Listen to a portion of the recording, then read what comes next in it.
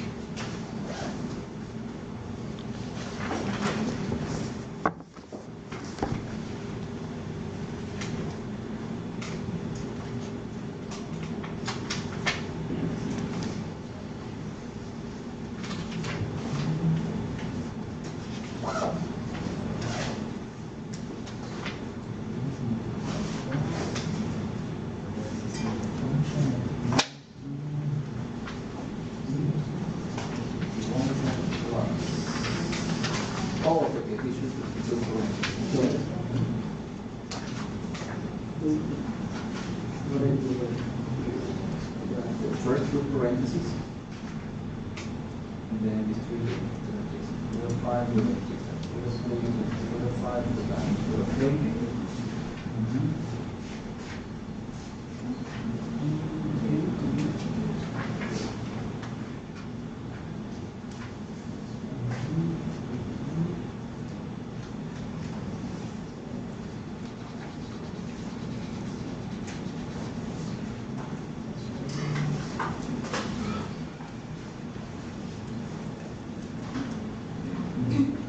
Yes, all right.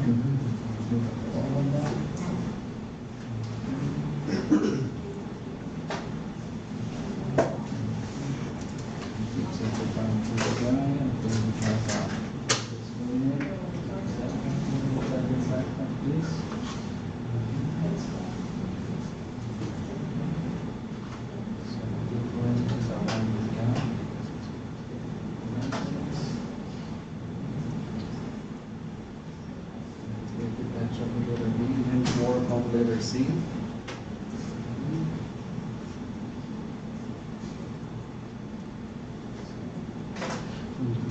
And you can still simplify it because 18 has a factor that is a perfect square.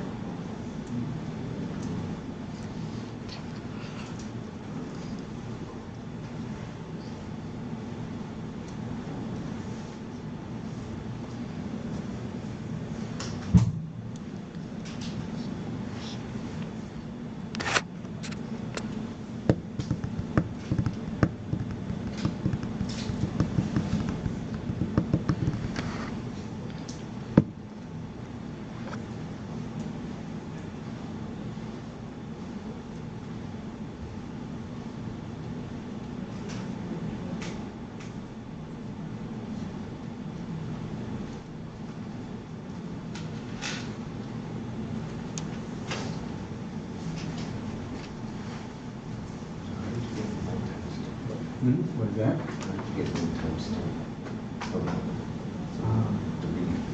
In the numerator, Yes. so distributing the 2 times 4 equals 8, and 2 times 3 equals 6. Oh, okay, this one, 3 squared equals to 9.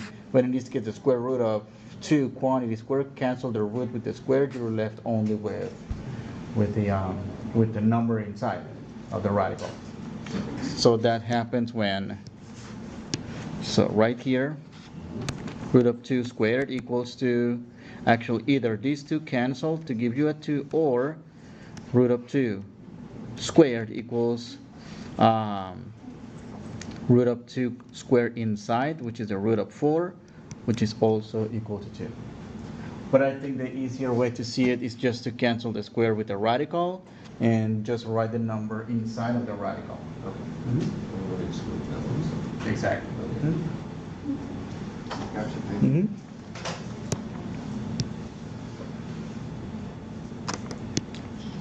We'll look at this one.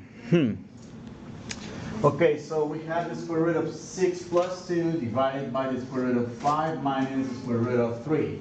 So to rationalize the denominator, we need to multiply by numerator and denominator by root of 5 minus plus rather root of 3, and divide by root of 5 plus root of 3. Why is it the plus? Because in the denominator we have a minus. The conjugate is always the opposite in sign of the second term, which in this case that's going to be positive. And well, in this case, be careful when multiplying across, because this is technically parentheses. First multiply across to obtain one single fraction, that is the square root of 6 plus 2 times the square root of 5 plus the square root of 3. In the denominator, what we have, the square root of 5 minus the square root of 3 times the square root of 5 plus the square root of 3. Okay.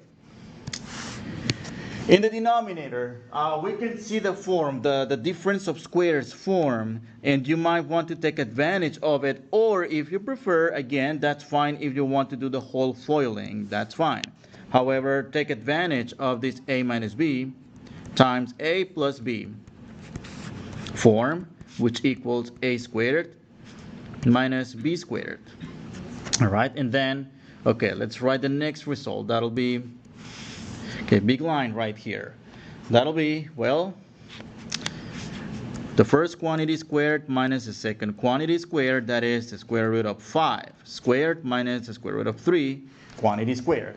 In the numerator, unfortunately, we don't have that a minus b, a plus b form, so we will have to actually do the distributive property. All right, so let's go for it, or FOIL. Root of 6 times root of 5 and root of 6 times root of 3. All right. So I noticed some of you already wrote the result of the square root of 30. That means you guys already know your product rule and quotient rule for radicals, which is great. However, if you still don't feel confident about them, well, you might want to do another intermediate step. Square root of 6 times the square root of 5, and then plus square root of 6 times square root of 3. And then let's do the second part of the foiling.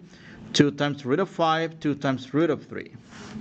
That is plus 2 root of 5 plus 2 root of 3. All right. So in the next step, well, we're going to use the product rule to simplify the first two radicals, root of 6, or rather the product of the radicals. It's just the radical of one product. That'll be, okay, the square root of 30 plus the square root of 6 times 3, which is 18, and then plus 2 root of 5 plus 2 root of 3. The whole thing divided by square root of 5 quantity squared. Check this out. Check how the radical cancels the square, the radical cancels the square. And again, this is why we take advantage of these differences of squares, because all those squares will cancel any radical symbols. And again, the idea of rationalizing denominators is that no radicals remain in the denominator. So that'll be 5 minus 3, which is, well, in the denominator we're going to get a 2.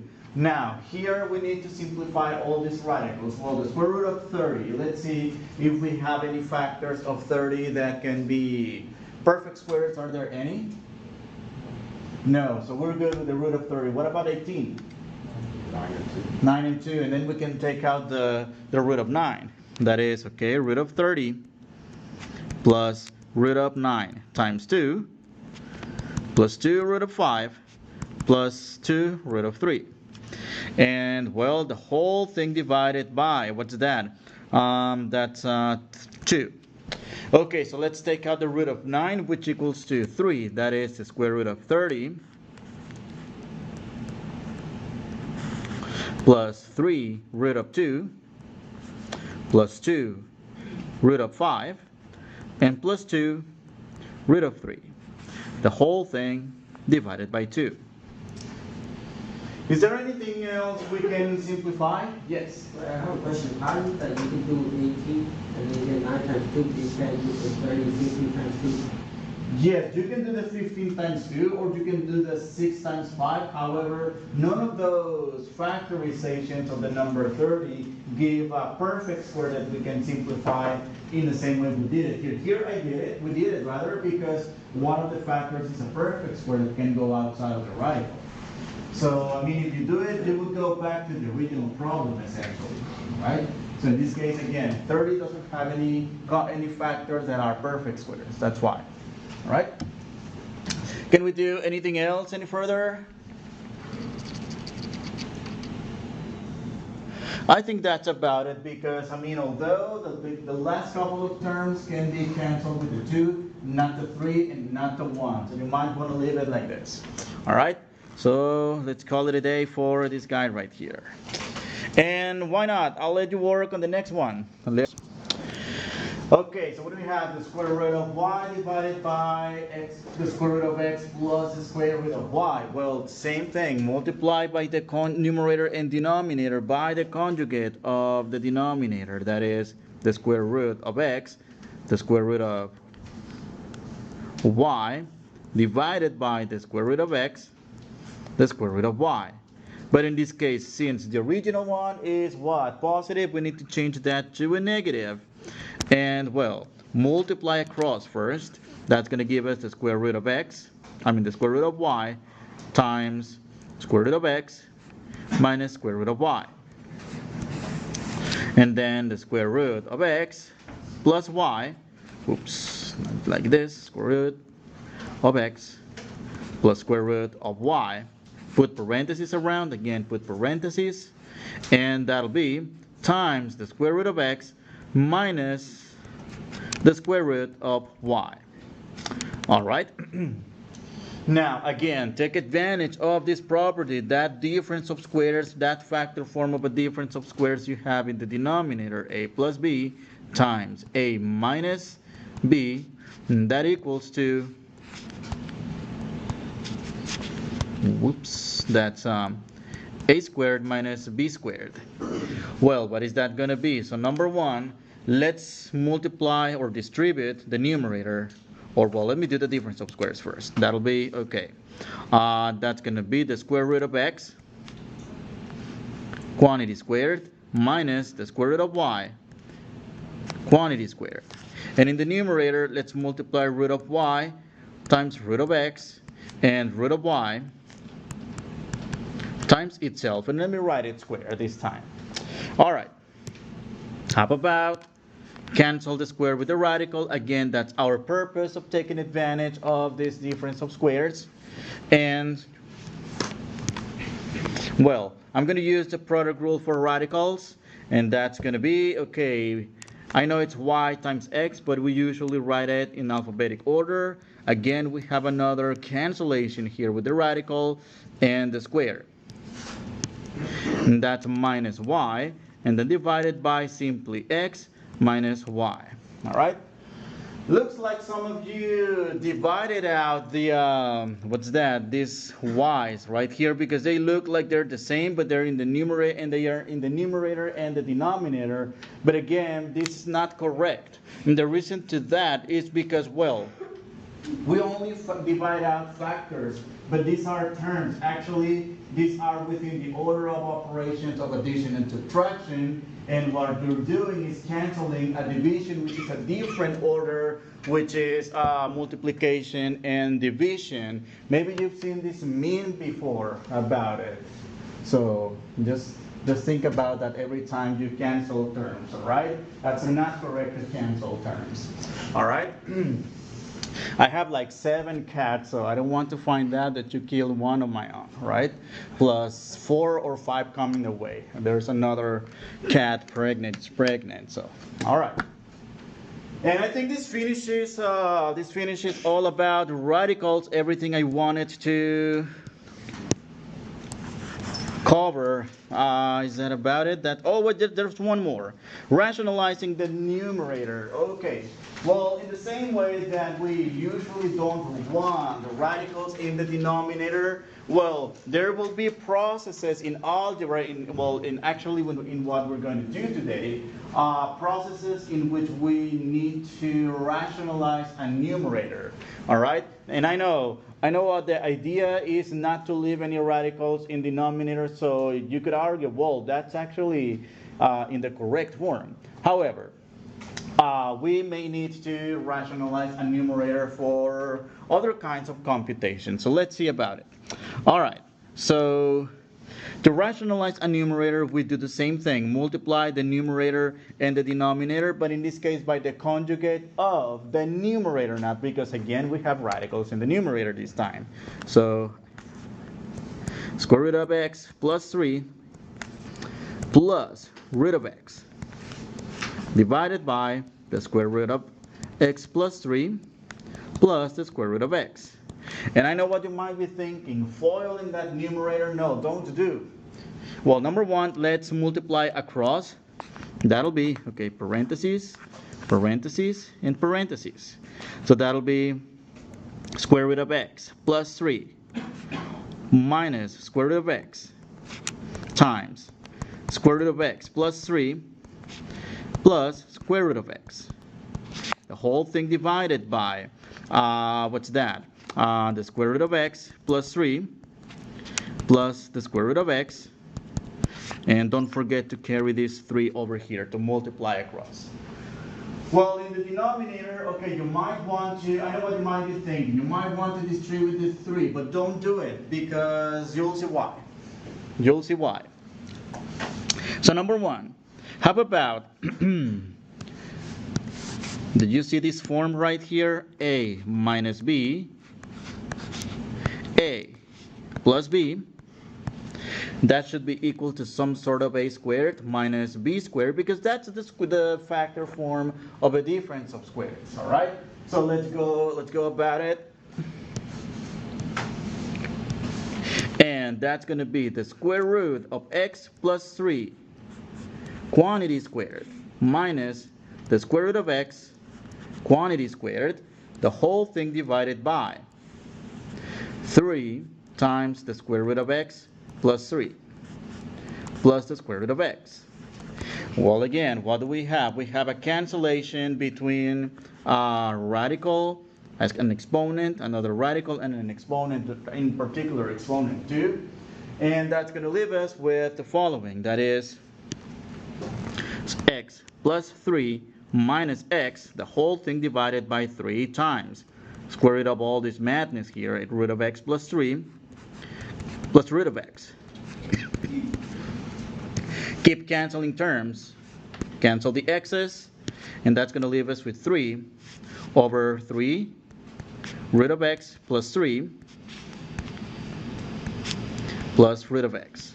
And see how these 3's go away, and final answer is root of x plus 3 plus root of x, everything in the denominator of 1. And well, I know, like, wait, isn't it what we want? No radicals in the denominator? Well, yes, that's true, but in some cases you'll see how we are going to need them. All right? So, final answer here. All right? I believe this is the end of it now. So, is there anything else? Yes, that's the end of it. Okay.